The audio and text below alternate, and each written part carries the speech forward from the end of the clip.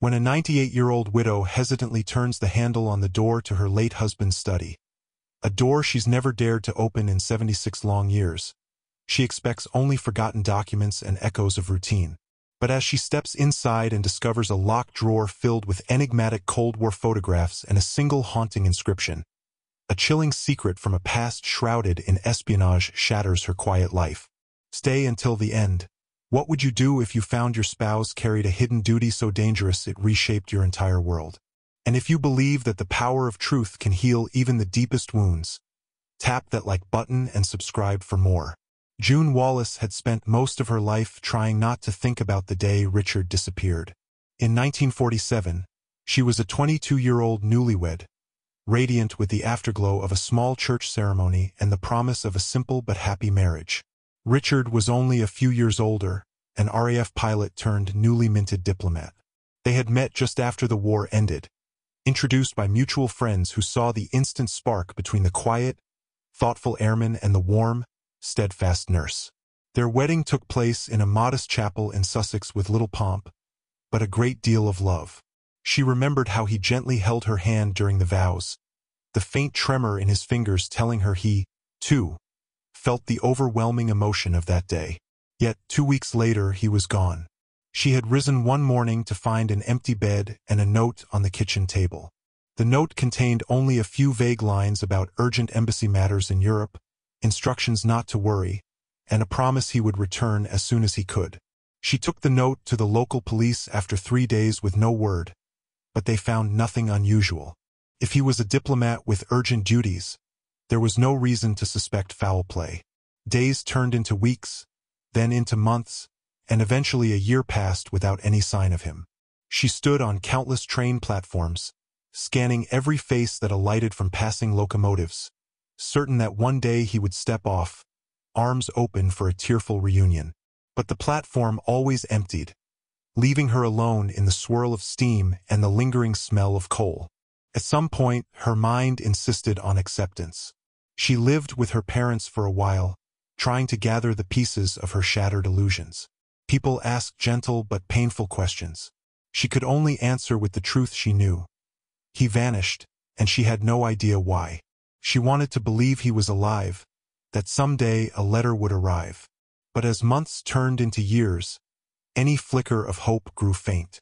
She took solace in small routines, caring for her aging mother, volunteering at a local clinic, trying to be useful to a community still recovering from the ravages of the war. Then her parents passed, one after the other, leaving her the modest family home in Sussex. She was a quiet presence in the village, polite, unobtrusive, known for her calm smile and gentle ways. She found a sort of equilibrium. It was never quite happiness, but it was a steady peace. She tried not to dwell on the locked door to Richard's study, which she had sealed days after he disappeared. She didn't want to rummage through his half-finished notes or personal items. The memory of him was painful enough. Over time, the presence of that closed door became an unspoken boundary in her life, marking the place where her heartbreak remained entombed. Her relatives visited occasionally, especially her younger cousin Margaret, who had once been as close as a sister. But their closeness waned after the war for reasons June never fully understood. Margaret married, moved away, and contact dwindled. June accepted these changes with the same stoic grace that characterized her approach to everything else. There was no sense railing against the unstoppable flow of time. As the decades slipped by, June's hair turned white, her steps grew slower. She carried on, surprisingly healthy for her advanced age, living alone in the house. A few times, she considered moving to a smaller apartment or a retirement community, but something about leaving the home that held her memories of Richard felt wrong. So she stayed, season after season, watching the garden bloom in spring, fade in autumn, and settle into a hush of winter. 2 months after her 98th birthday, her great-grandson Elliot came for an extended visit. He was a researcher at a university, specializing in modern history. A clever, inquisitive young man who shared some intangible spark of curiosity that reminded her of Richard. Elliot was working on a project involving newly declassified Cold War archives and found a few references that hinted at something to do with a missing British diplomat from the late 1940s. Intrigued, he asked if June had any recollections or documents about her husband's service. She hesitated, uncertain she wanted to stir old pain, but part of her felt a tug of possibility. Could Elliot's research finally reveal what happened to Richard? She led Elliot upstairs, her walking cane tapping softly on the wooden steps. They stood outside the locked study door. The tension in June's chest was almost unbearable. She explained that she hadn't opened the door since 1947, back when the heartbreak was fresh. Elliot, a patient soul with a sympathetic gaze, offered to proceed only if she truly wished. She swallowed and nodded. At her age, it felt like the final chance to confront the lingering question that had shaped her life. Inside, everything remained exactly as Richard had left it. The small desk, an RAF jacket draped over a chair, a few books on European diplomacy lining the shelves. Dust motes drifted in the late afternoon sunlight, giving the room a dreamlike quality. June stood still, letting the memories wash over her. She recalled the first day she had seen him wearing that jacket, how proud he looked, and how she teased him that his hair was still too boyish for a uniform. He had laughed, hugging her with warm affection. The memory felt as vivid as if it happened yesterday. Elliot, mindful of her state, began to look around, checking drawers and shelves for anything that might link to the leads he found in the archives. On the desk, they discovered a plain envelope with June's name, empty aside from a few scribbled words. "I'm sorry. I love you. R." She ran her fingers over the writing, tears gathering in her eyes. She had never seen that note before. Why had he left it in a sealed envelope on the desk, not on the kitchen table with the other note explaining his sudden departure? Then Elliot lifted a photograph from beneath a stack of old embassy pamphlets. It was black and white, taken at a cafe somewhere. The background looked European. Cobblestone streets, an old sign in a language June couldn't immediately decipher. The man at the center was older than the Richard she remembered, thinner in the face, hair combed back, wearing a coat that seemed out of style for 1947. He sat hunched over a newspaper, looking weary. But there was no mistaking the set of his jaw, the shape of his cheekbones. June's heart lurched with recognition. It was Richard. She stared at the photograph, stunned, a tear slipping down her cheek. Printed at the bottom in faint letters was Prague, 1953. The date twisted her stomach in knots. He had been alive 6 years after his disappearance, living in Prague apparently. No letter, no explanation, no attempt to contact her. Unless, she reasoned bitterly, the letter never reached her. She tried to quell her rising bitterness. Maybe there was more to the story. Elliot was quiet, letting her absorb the shock. Then he turned the photograph over. On the back, in Richard's neat handwriting, it read, "Ditch with all I never got to say to R." June frowned, tears still stinging her eyes. Who was DH? Was it someone else he was writing to? Another woman, another family, a hidden life? Doubt and sorrow mingled in her chest. But there was also a flicker of curiosity about why he wrote, "with all I never got to say." It sounded like regret or perhaps a tribute. Could it reference an old friend? Was it a code? Over the next few days, Elliot poured himself into research, gleaning every clue from archives that had been made public only recently.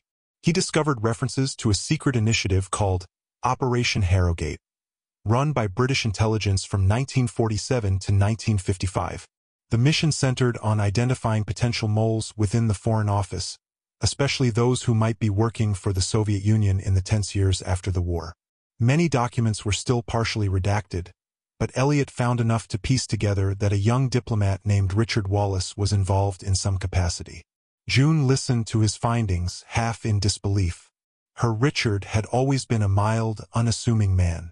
She couldn't imagine him entangled in espionage. But the more Elliot uncovered, the clearer it became that Richard had been recruited by intelligence agencies to help root out a traitor. There was even mention of diplomatic asset-initiated silent extraction protocol. Civilian spouse considered high risk. Subject opted for non-return strategy. Elliot explained that Richard might have chosen to vanish entirely to protect June from becoming a target of the Mole or the Soviets, especially if her own extended family was somehow compromised. This last point made June gasp. Her immediate suspicion, fueled by an ominous swirl of memory, turned to Margaret, the cousin she had once adored like a sister. Margaret was older by a year, her confidant throughout the war. But Margaret had also worked in some capacity in the Foreign Office. June recalled her mentioning an administrative post. Could Margaret have been involved, even unwittingly, in passing intelligence to an enemy? The idea appalled her. She wanted to believe it was impossible. Yet the files hinted that someone close to June had become a vulnerability in Richard's mission. The phrase betrayal from within her own family jumped out from a partially redacted summary. June wrestled with heartbreak anew, recalling the youthful closeness with Margaret. They shared secrets about crushes and rummaged through old clothes for dress-up. After the war, Margaret traveled more often, became enamored with big city life. Their bond frayed as they trod separate paths. But had Margaret truly betrayed her country, or was she manipulated by Soviet operatives? The idea burned in June's mind, making her wish she could talk to Margaret. But Margaret had died many years ago, leaving behind no children. That door, like so many others, felt forever closed. Another discovery soon emerged. Elliot found a birth certificate from 1948 in Prague, listing the father's name as Richard H. and the mother as Lenka Horokova.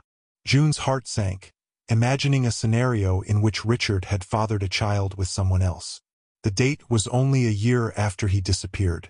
The sense of betrayal stung, colliding with the sense of duty that might have forced him into a new life. She had to consider that he moved on, started a family in Prague. Yet a note from the archivist who had originally scanned this record suggested something suspicious.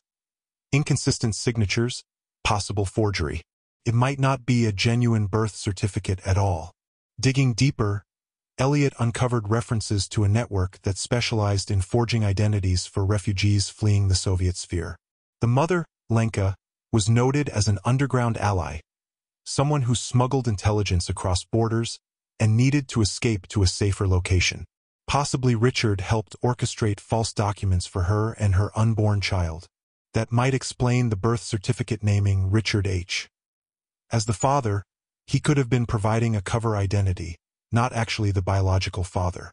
If so, DH from the photograph, with all I never got to say, could stand for Daniel or David Horak, or some variation of a name for that child. It wasn't infidelity. It was an act of compassion, forging a false paternal claim to protect the real fatherless child from a harsh fate. June felt an overwhelming rush of relief and sadness combined. Relief that Richard might not have abandoned her for another woman. Sadness that he had lived a life of subterfuge, forging fatherhood for someone else's child. She realized how alone he must have been, loving her from afar, forced to remain hidden so that the enemies he hunted, or who hunted him, would never harm her. The puzzle pieces formed a tragic narrative of a man torn between duty and devotion. Further evidence poured in from the files, each revelation like a gentle blow to June's heart. She learned that Margaret's unwitting leak of sensitive data had put June at risk. The Soviets might have used that information to threaten or blackmail Richard. By orchestrating his non-return strategy, he shielded June from retribution, ensuring she was never suspected as an accomplice or used as a pawn. Meanwhile, Richard laid low, working behind the scenes in Prague and other places, continuing intelligence tasks under deeper cover. The trail in the archives ended around 1955, with vague references to him possibly relocating to other parts of Eastern Europe. At times, June wept openly, mourning the life they could have shared. She cursed the labyrinth of Cold War tensions that tore them apart. But she also felt something akin to pride. Richard had done something extraordinary, taking a path that destroyed his own happiness in order to protect those he loved. She recalled how, in their brief 2 weeks of marriage, he had been tender, always noticing small details, always a step ahead in anticipating her needs. Now she saw that watchfulness in a larger context. He was a man trained or naturally suited for espionage, with a moral code that put others' well-being above his own. As Elliot persisted, he found the name Daniel Horak. The child apparently survived, was smuggled out of Prague along with his mother, who reached a safe haven in Austria. But references to Lenka Horakova ended abruptly a year or two later, suggesting she might have died or remarried under a new alias. If Daniel lived on, he might remain unaware of the intricate circumstances around his birth certificate. Elliot used genealogical databases, cross-referencing old records, searching for a man named Daniel Horak in the UK. After weeks of searching, they discovered a 74-year-old man living outside Bristol, an unassuming retiree who had emigrated from Austria in the 1970s. This man's birth date matched the forged certificate's year. Elliot also found an old note in the archives. DH relocated under paternal reference. Protective status indefinite. June read that line over and over. Paternal reference. She pictured Richard forging documents, stepping in as a father figure on paper to ensure safe passage. The heartbreak and pride warred in her soul. He had saved them, but the cost was his marriage and the life he left behind in Sussex. All these revelations pressed upon June's mind late into the night, leaving her restless in bed, sometimes drifting into half-dreams of seeing Richard again, only to awaken with tears. One afternoon, gathering her courage, June asked Elliot to draft a letter to this Daniel Horak. She wanted to see if he had any knowledge of Richard, or if his identity as Richard's son was purely bureaucratic. The letter was brief but heartfelt. My name is June Wallace. I believe my husband, Richard, played a role in your early life. You may not know him by that name or at all. But if there is any chance you remember or have records referencing a British man in your childhood, I would be deeply grateful to speak with you. Please forgive my forwardness. I have carried unanswered questions for many decades, and your name has surfaced in the course of historical research. They mailed the letter and waited in an uneasy hush. June found herself checking the post daily, a habit reminiscent of her younger self longing for a word from Richard. She recognized the pitiful irony of longing again for a letter that could append everything. Elliot was equally tense, though he tried to hide it behind a researcher's calm. 3 weeks later, an envelope arrived with a Bristol postmark.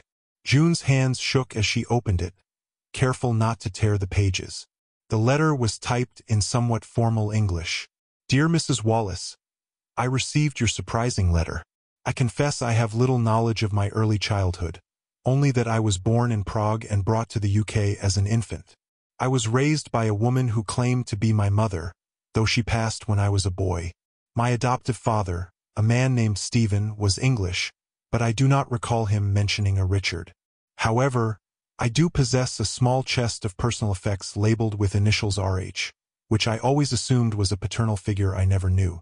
I am uncertain if this is relevant to your inquiry, but I would be open to meeting if it might clarify our mutual past. Sincerely, Daniel Horak. June felt a flutter in her chest. The initials RH matched Richard H. She had an immediate sense that Daniel was indeed the child her husband had protected. She decided to press forward, ignoring her trembling age and the quiet life that told her to stay put. With Elliot's help, she arranged a short trip, determined to meet Daniel. Though she was old, and traveling was difficult, something about this final quest felt essential to her soul. They chose a cafe in Cornwall, roughly halfway between her home and Daniel's. On the day of the meeting, June wore a simple, elegant dress, recalling how Richard once complimented her sense of style. Elliot drove, letting her rest in the passenger seat. She peered out the window at the rolling hills and farmland, imagining that somewhere, Richard might have traveled these roads decades ago on a secret mission. She felt the pressure of heartbreak, but also a quiet excitement at possibly uncovering the last piece of the puzzle. When they arrived, Elliot guided June's wheelchair into the cozy cafe. She spotted an older man waiting at a small table by the window, a gentle face, thinning hair, a posture that suggested wariness and curiosity. This was Daniel. He rose as they approached, offering a polite nod. Over the next few minutes, they exchanged quiet greetings, feeling each other out. Daniel explained he had immigrated from Austria in the 1970s, served as a teacher, and eventually retired.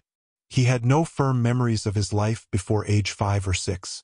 All he knew was that an Englishman had sponsored his travel papers, a man whose name he never discovered. June reached into her handbag and gently drew out the photograph of Richard in Prague, 1953, turning it so Daniel could see the backside with the note referencing Dish, with all I never got to say to R. Daniel's eyes widened. He recognized the scrawling style of that R, which matched writing he had seen on the items in the small chest. Carefully, he set a cloth bundle on the table. Inside was an old, battered picture frame containing a wedding photograph, June and Richard's wedding day. The edges were yellowed, but the image was clear enough for June to see her younger self in a simple white dress, Richard in a neat suit, both glowing with newlywed joy. June's breath caught. It was the only wedding photo they had taken. She thought all prints were lost. She felt a rush of tears. Daniel explained that this framed photo was in the chest labeled RH. He added, voice trembling, I never knew who these people were. My mother told me the man helped us. She said he was a savior of sorts, but that he was from a distance, never able to stay. She died before telling me more. The hours that followed were a quiet storm of emotion. June recounted her brief marriage, how Richard vanished, the subsequent revelations about Operation Harrogate, the forged birth certificate naming Richard H. as father. Daniel listened, tears glistening in his eyes, realizing that the man who had guided his mother to safety was also a husband who loved someone left behind. June gently asked if Daniel had any recollection of direct contact with Richard. He frowned, shaking his head. Just faint impressions of a kindly figure from earliest childhood memories. A man who smelled of soap and spoke softly in English. He vanished too, not long after we arrived in the UK. Elliot watched them talk, scribbling notes on the side. The puzzle was nearly complete. Daniel's mother must have died or parted ways with Richard soon after crossing into a safe zone, leaving Daniel effectively orphaned. He ended up in the care of a British sponsor named Stephen, who raised him. The wedding photo was likely Richard's prized possession, a tether to the life he could never return to. Then, at some unknown point, Richard either died or went further underground, leaving instructions that the photograph remain with Daniel. June's heart twisted. All that time, Richard had carried her image, living a life of secrecy and longing. Eventually, Daniel handed June a sealed envelope from the same chest, the paper yellowed by decades. Her name wasn't on the front, but the handwriting was unmistakably Richard's. It said, "To be delivered only if they meet R."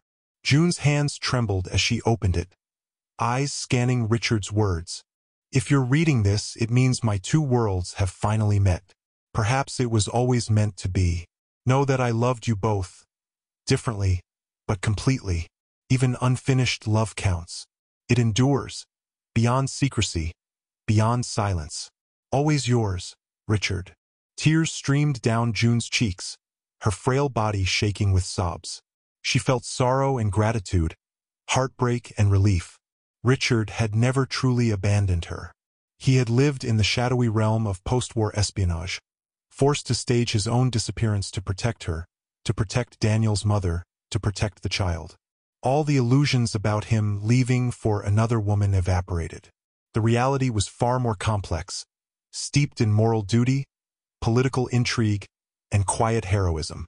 After the emotional meeting, Daniel helped June back into her wheelchair, and they parted with tender words. They agreed to remain in contact, forging a new bond out of the man who linked them, one as father and one as wife, though neither had truly possessed him in the ordinary sense. Elliot gently pushed June's chair back to the car, noticing she seemed at once devastated and liberated. She murmured, "I loved him, Elliot, and he loved me in a way I never realized. Even after all this time, he was carrying me in his heart."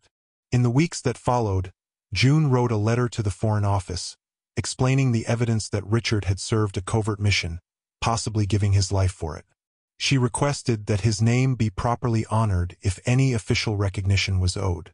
A small department within MI6 responded, verifying enough details from the newly declassified Operation Harrogate files to confirm that Richard provided essential intelligence and support in the containment of a high-level mole.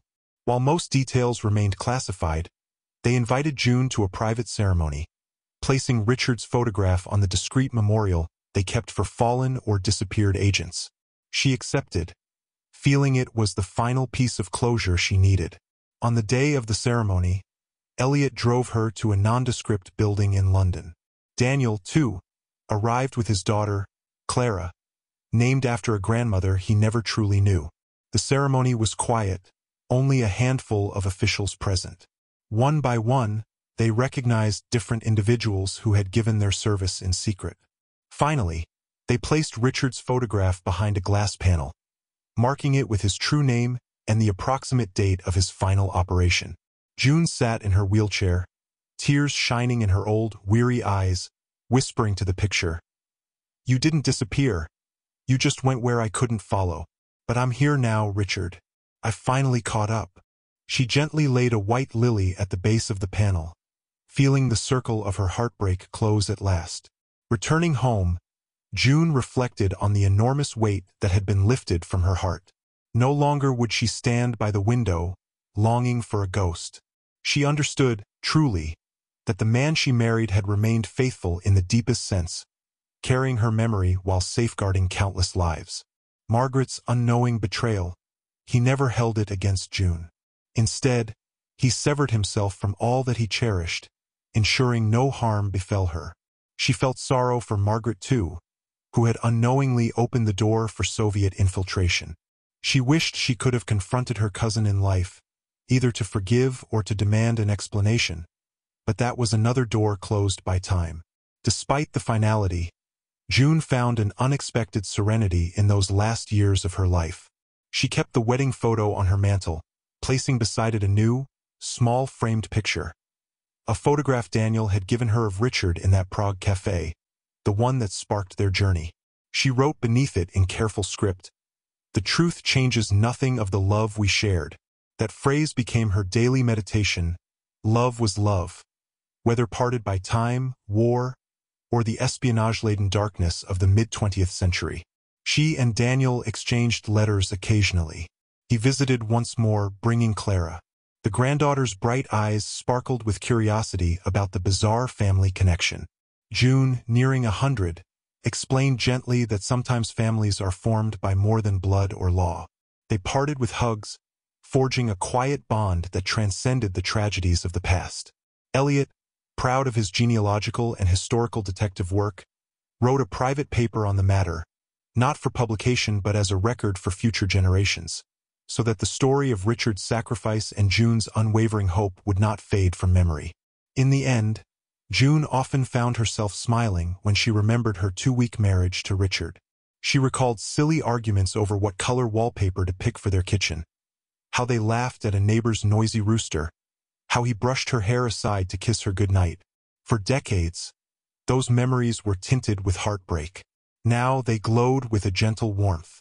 She knew the story had no traditional happy ending, no long decades of togetherness, no children shared between them, but it had a depth of devotion few marriages attained.